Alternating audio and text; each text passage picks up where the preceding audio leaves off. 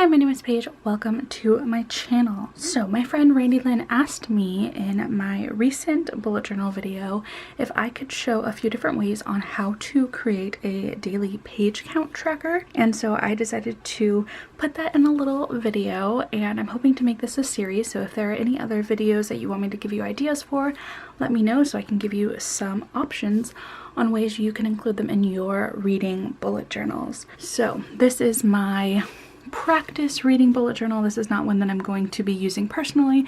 This is where I'm going to keep all of the things that I create for you to give you ideas for your own bullet journals. So I came up with 4 different ways to track your page counts. I would say that 2 of them are pretty standard ways of tracking them, and then 2 of them I tried to think a little bit outside of the box. So let me turn to those first few and we'll go over them. Okay, to start off, we are going with some pretty standard ways of doing this, which is just using a key and coloring in daily based on the page range count that you read.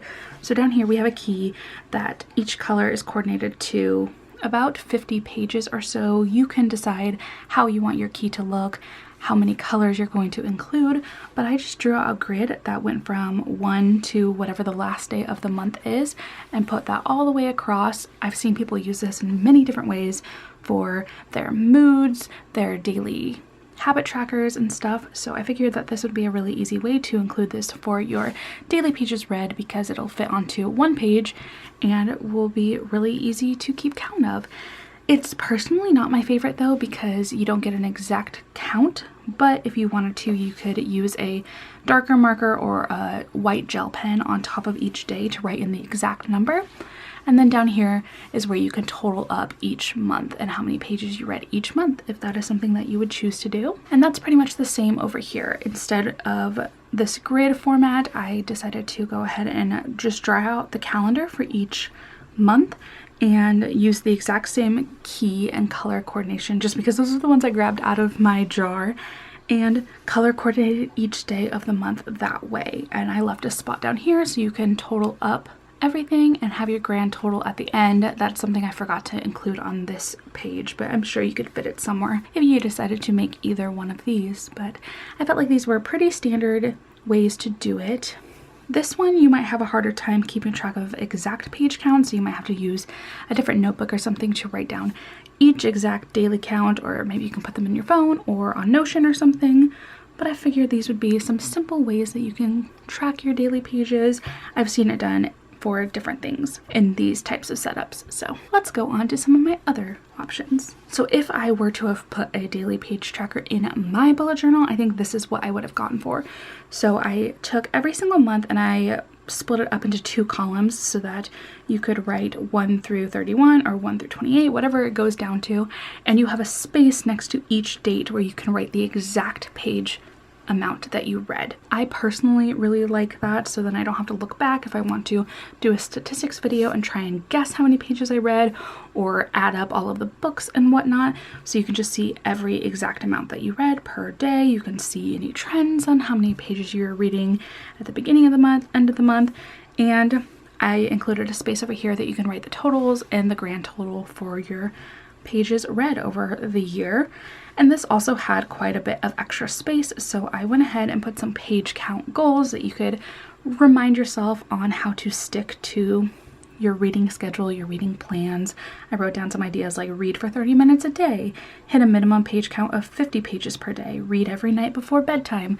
You could tweak that to be whatever you wanted it to help you reach your page count goals. I just thought this was the most simple way to go about a page count tracker, and I think I would use this if I had it. So maybe next year I'll include it into my reading bullet journal, because I ended up really enjoying how this one turned out. And then I have one more option for you. So this one looks a little bit complicated, but I kind of really like it. It was the one I was most excited to share because I feel like I haven't seen anybody do something like this before.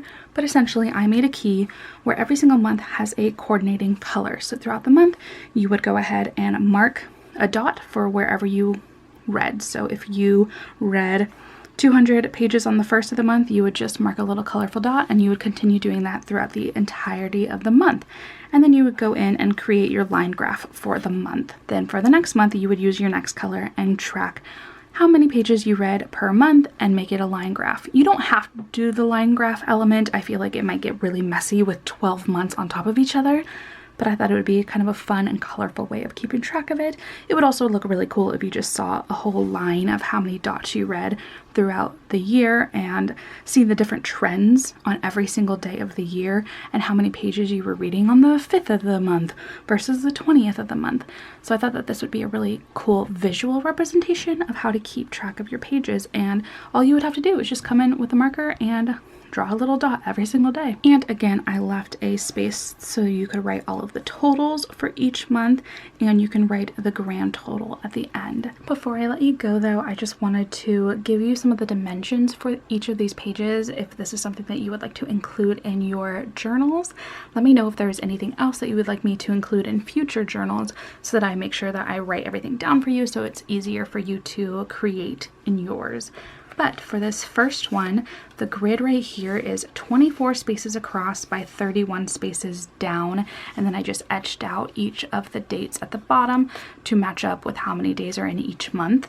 For the key down here, it is 10 spaces across by 8 spaces down, and for the total, it is 20 spaces across by 8 spaces down. For this pages read with the little calendars, these calendars are either 7 spaces across by 6 spaces down, or like July and December, they are 7 spaces across by 7 spaces down.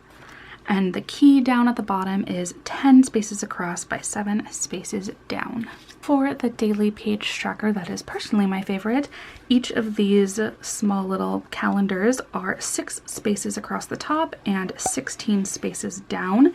This page count goals box is 16 spaces across by 18 spaces down, and the totals box is 16 across by 14 going down. And for the line graph, we have a box that is 30 across and 30 going down, and for the key and totals, it is 10 across going 14 down.